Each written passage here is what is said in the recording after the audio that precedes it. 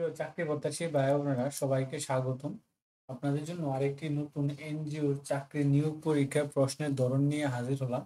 আপনারা অনেকেই এই নক করেন বা আমরা অনেকেই যারা নতুন আছি তারা এনজিওতে আবেদন করতে গেলে আসলে আবেদন করার ঠিকঠাক আবেদন করি, পরবর্তীতে কি ধরনের প্রশ্ন ওই এনজিওটা করে, তো সেটা আসলে আমাদের অনেকজনেরই জানা থাকে না, তো সমালোচিত পাওয়া যায় না। তো আশা করি এই ভিডিওর মাধ্যমে আপনারা জানতে পারবেন, এই ভিডিওটার মাধ্যমে জানতে পারবেন কি ধরনের এনজিও গুলো প্রশ্ন করে, কিরকম প্রশ্ন করে, কি টাইপের প্রশ্ন করে, সেগুলো দেখে কিন্তু আপনারা করতে পারবেন, এই অনুশীলন করতে পারবেন যে এইগুলো প্রশ্নগুলো আসে।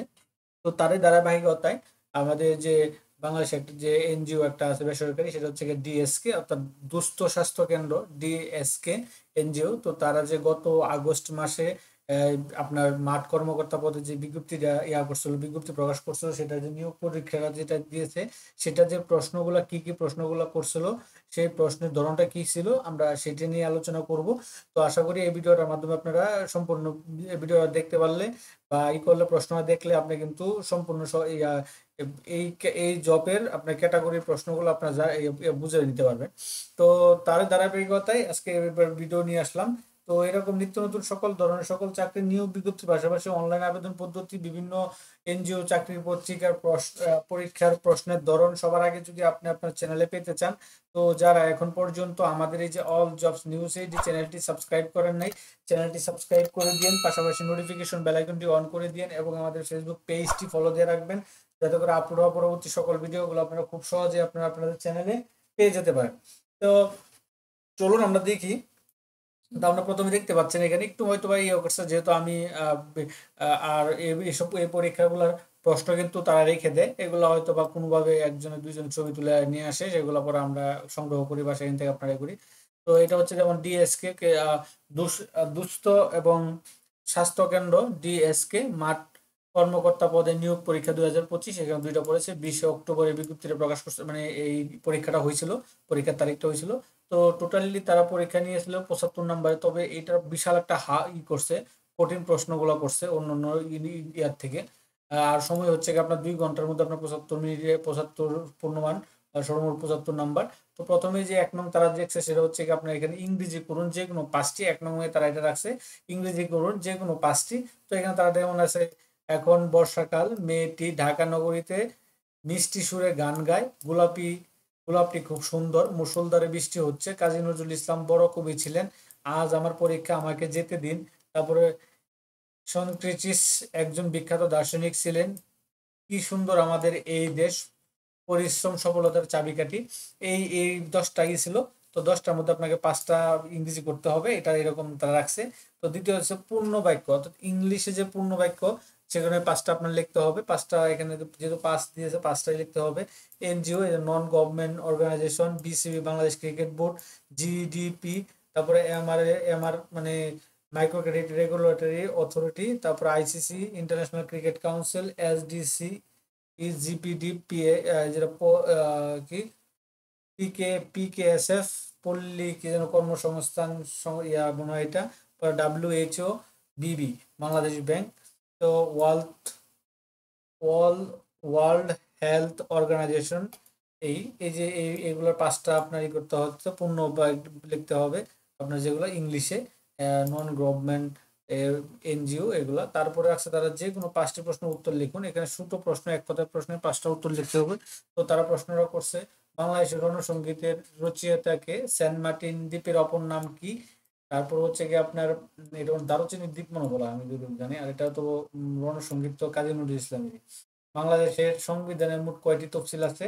তারপরে কেন্দ্রীয় শহীদ মিনার স্থপতিকে, পদ্মা ও মেঘনা কোথায় মিলিত হয়েছে? তারপর হচ্ছে আপনার বাংলাদেশের কোন নদীকে প্রাকৃতিক মৎস্য প্রজনন কেন্দ্র নামে পরিচিত? বাংলাদেশে একমাত্র পাহাড় দ্বীপ কোনটি? টেকসই উন্নয়ন লক্ষ্যমাত্রা এসডিজিএস কয়টি? মুক্তিযুদ্ধের প্রধান সেনাপতি কে ছিলেন? এরকম এখান থেকে আপনার 5টা উত্তর লিখতে হবে এক কথায়। তো এখানে আপনার 5 এবং 5 এবং হচ্ছে 5, এখানে আমরা 15 নম্বর প্রশ্ন পেয়ে গেলাম। সরি, হ্যাঁ, 15 নম্বর প্রশ্ন পেয়ে গেলাম। তারপর আবার এখানে আরেকটা দিয়েছে বাংলা ইয়াগুলা কবি বাংলা সাহিত্য থেকে, নীলপদ্ম নাটকের নাম কি? যে কোনো 5টা উত্তর দিতে হবে। নীল দর্পণ নাটকের রচয়িতা কে? বাংলা সাহিত্যের প্রথম মহিলা কোন কবি? মহিলার কবির নাম কি? বিষাদ সিন্ধু কার রচনা? কাজী নজরুল ইসলামকে বাংলাদেশ জাতীয় কবি ঘোষণা করা হয় কত সালে? মুক্তিযুদ্ধ জাদুঘর কোথায় অবস্থিত? বরেন্দ্র জাদুঘর কোথায় অবস্থিত? বাংলাদেশে কোন মহাদেশে অবস্থিত? পৃথিবীতে কয়টি মহাদেশ আছে? বাংলাদেশে ক্ষুদ্র ঋণ কার্যক্রম পরিচালনা করার জন্য কোন সংস্থার সনদ লাগে? এটা হচ্ছে এরকম 4 নম্বরে এটা দিছে। তো এখানে টোটাল এখান থেকে 5টা, তো আমরা পেয়েছি 5 5 5। আমরা এখানে 20 নাম্বারের প্রশ্ন কিন্তু পেয়ে গেছি, দেখতে পাচ্ছেন। 5 10 15 এবং 20 নাম্বারের প্রশ্ন। পরের যে বিষয়টা, পরের যে চ্যাপ্টারটা রাখছে, বাকি সবগুলো 55 নাম্বারই রাখছে হচ্ছে আপনার গণিতে। 55 নাম্বারই রাখছে তারা গণিতে। তো এখানে তারা বলতেছে যে 5 নং হতে 15 নং পর্যন্ত প্রতিটি প্রশ্নের মান 5, অর্থাৎ এখানে 5 12 60, এখানে 11টা প্রশ্ন রাখছে তারা। 15টা ইয়ে রাখছে। তো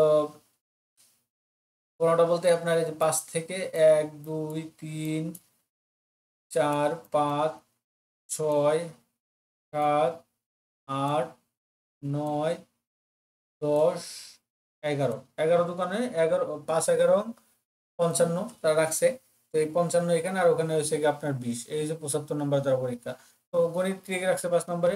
সুদের হার 6 টাকা 25 পয়সা হলে একজন আমানতকারী 1 বছরে 50,000 টাকা সুদ কত পাবে? 6 নম্বরে রাখছে একটি গণিত বই কিনতে 15% কমিশন দেয়, বইয়ের প্রকৃত মূল্য 120 টাকা হলে বইটি কিনতে কত টাকা লাগবে?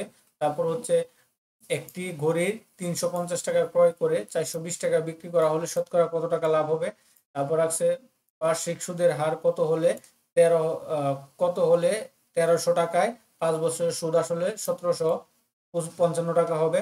তারপর হচ্ছে আপনার 12 কেজি চালে 10 জন লোকের 27 দিন চলে, 10 জন লোকের 45 দিন চলতে কত কেজি চাউল প্রয়োজন হবে?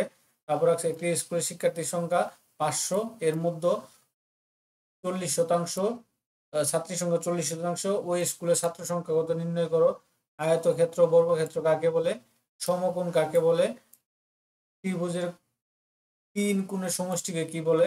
তারপর হচ্ছে গিয়ে স্থির পানিতে একটি নৌকার গতিবেগ 7 কিলোমিটার, ওই নৌকাটি স্রোতের অনুকূলে 33 কিলোমিটার পথ যেতে কত সময় লেগেছে?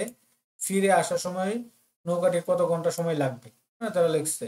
তারপর হচ্ছে পিতা ও তার 3 পুত্রের বয়স গড় 20 বছর, পিতার বয়স বাদ দিলে তাদের বয়সের গড়